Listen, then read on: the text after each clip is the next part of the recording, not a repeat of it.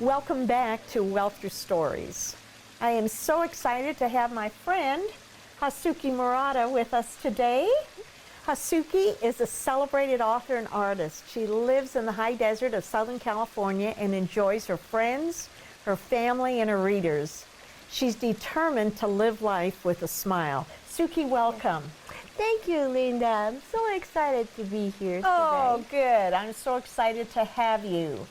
I know that even though you've lived in the United States for a while, I know that you didn't grow up here. Tell our friends where you grew up and what it was like living there. Well, I was born in Japan and right in Tokyo, so busy cities, and growing up I was the firstborn, so I had my uncles and my aunts, all over around me, and it was just ordinary, just growing up in the city, going to kindergarten and elementary. It was like that's where I knew the home is. Mm-hmm. I didn't know any other places. So it felt like a pretty ordinary life that you lived growing up. Okay. And so when did you move to the U.S. and why did you come to the U.S.? Okay, so my parents were restaurant owners in Japan, and they wanted to try one in LA County. So I was about 13 years old. So just went into that teenager. Yeah, that's a hard place in life. Yes. And not only that, I was actually having a really good time. I made so many friends. School was fun. After school, we would go shopping or just hang out at the park. And I was actually having the best time in my life. As a child, you have no worries or anything. And then all of a sudden, my father said, "Okay, going to the United States in Los Angeles." And I said, "What?" Wow, no warning. He just said, "We're moving to the United States." Yes, and wow. And then I was like, well, coming to America sounded very exciting. It's a land of opportunity and meet American people. I thought that's kind of good, but then I'll have to say goodbye to my friends. It's so far away that I cannot. Especially at 13 years of age. Yes. And not only that, my biggest challenge was I didn't even speak English. Wow. So how am I supposed to survive in a different country that I don't know any of language? Wow. So clearly that language barrier was a big adjustment for you. Tell us a little bit about that and some other adjustments that you had to go through. Well, first of all you can do is basically listen and trying to learn. You also needed to go through different traditions. So what I learned in Japan of even how to eat, especially the soup and ramen soup. The way we eat ramen soup, we sloop and then we make that noise. And that was the things to do. It was complimentary to the chef. But when I came here and I went first time in a slumber party with my first American friend, I was excited, and here comes the soup. And I said, okay, I was told not to make any noise, and then it was difficult for me. And I couldn't. Sure. Yeah, and the longest barrier is I couldn't explain why it was so difficult. I couldn't explain why we have to do it this way. I couldn't explain why I feel embarrassed that I couldn't speak. And during that time, it was like a junior high school here. There was a lot of nice, curious friends that will come and help, and then show me here, show me there, go this classroom, this is your locker, this is how you open the combinations. Then you have another one saying, who is she? You know, she doesn't fit in. She doesn't even speak our language. And for those, I wanted to explain, but I couldn't. And then that made it harder to make friends. I'm sure it did. Because even at that age, 13, like you said, just getting into the teen years, that whole struggle of identity is so difficult to begin with. But then having that language barrier, I can't even imagine how hard that was. So how about some of the other things, like, oh, your styles of clothing? Yes.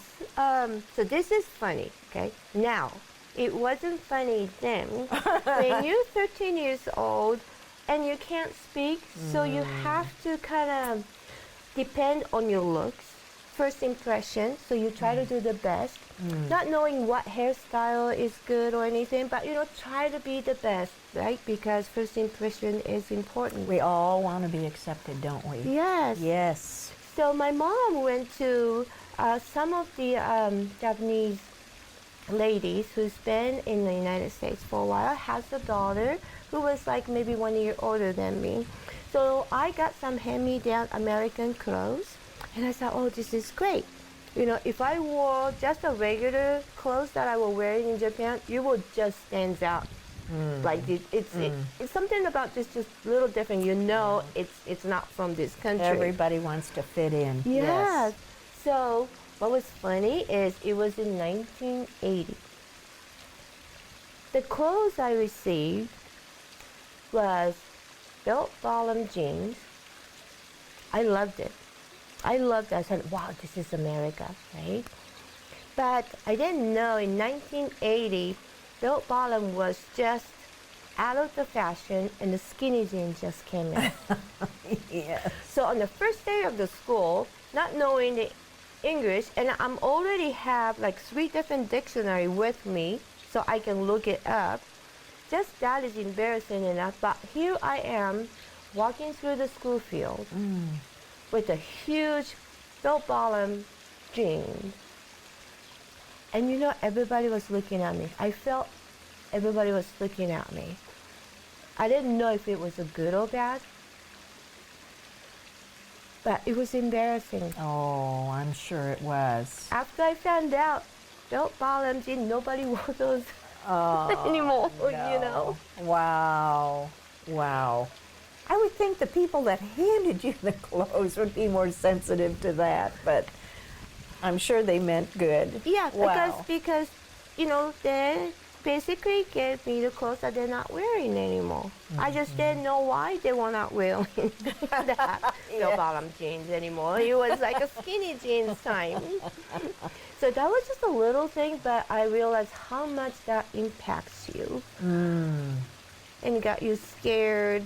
You know, wearing funny. So that was my first impression. So you know. how did you get past all of that? I mean, you know, that had to have been for a 13-year-old.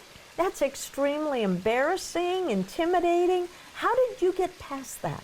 You know, for a first 6 months or so, it was actually exciting to learn a new styles living in America. So that was kind of fun for you. Yes. Yeah. But after 6 months, still not able to communicate good enough, made you feel a little lonely, isolated.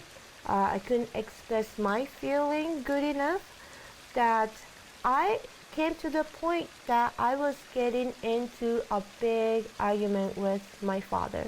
And I told him, I cannot handle this anymore. I don't want to handle this anymore. And I want to go back. I want to go back to Japan. It wasn't your choice to come here. That was his decision. Okay. And then what did he say? He just said nothing and walked away. Maybe he thought, okay, well, you know, maybe she's having her tantrum and then she just needs to work it out. I don't know. I was really upset. I went back in my room and I closed the door. I cried, but then something inside me told me and said, you know, learn one word at a time. An year from now, you will be speaking. Nobody can learn this in 2 weeks or couple months. And that's when I just kind of get myself up and said, I just have to do one day at a time. Wow, that's a good perspective. Just break it down, break it down. One thing. Yes. Yes. So, wow. And that worked for you? Yes, first 2 years was still hard, but it did get better. Oh, good. It got better where I could talk, express, Yeah. laugh together. Oh. Not yes. being laughed at, but laugh together. Yes. Yes. And did you feel then that you fit in a little bit more when you could communicate better? Yes. Oh. So communication is very important. Yes. Yes, very important. What else did you learn that you particularly just took to heart? Some of these big lessons through that major adjustment. It was, to me, it's like discipline. So if you do not understand the language, then yes, you do have to work that much extra and put extra time into looking at the one word at a time and be patient. And then before you know it, time goes very fast, and then you'll be able to speak and learn. And even now, I'm still learning different words. There's a lot to learn, but the basic speaking, to know that you just need to commit yourself and then just give yourself like 20 minutes a day to just learn one word a day. And in 365 words, that's a lot. Yes, it is. Absolutely. You know what? And the kind of lessons you learned, the patience, the discipline, the commitment, those are things that we all have to learn and continue to grow in. Doesn't matter what age or what level of life we are. That is true, yes. So for you to learn that then at this young age and to know that you could commit yourself and you could pursue and do whatever you wanted to do if you just applied those same things that you learned then. Yes. I mean, how fun is that? It is. But even now, time to time, patience is still a little hard. Absolutely. We have trouble with that all the time, isn't it? Yeah. I'm telling you, the patience, the perseverance, just got to keep going. We all have to learn through that. You think if you do it once, you're okay, but no, each task that you learn, you have to kind of repeat and then just have to be patient. Yes. Well, Suki, our show is about God's goodness. And I want to ask you, what do you specifically want to thank God for at this time? I thank God that even I wasn't aware that He is there at that time because I was so upset about not able to speak that English language, that I know He was still there with me. And He was mostly patient, watching me, waiting for me to realize, oh, one word a day, how hard is that, right? But I do thank God that He always there to guide us and protect us, even in the unknown land. He was always there, everywhere. Wow. Do you think about those things now when you think back to when you first came to the U.S.? Do you think about that, how God revealed Himself, that He was there with you and for you every step of the way, and He still is today? Yes. He still is today. Yes. How fun is that? Yes, it is. Wow. That is God's goodness. Absolutely. Yes. So I am so thankful that you made it through those very difficult years, and not only made it through, even though some of that time probably felt a little more like surviving than it did thriving, but I've known you now for the last few years, and I know I have such respect and admiration for you because I know this isn't just about surviving. You are thriving, and I know God has opened up many wonderful doors for you. Yes, He did, and I Yes. thank you. You also helped me through in the last few years to to just bring out myself more. And you have that magic. Oh, thank you. We've had fun together, haven't Yes, we? we did. Yes, yes. That's all part of God's goodness. Yes. The friendship, the support, and bringing us together. So I just thank Him for that. Yes. Yes. Very good. And that's what Wealth Through Stories is about. It is about sharing God's goodness and what He's done in our life. Thank you for joining us today.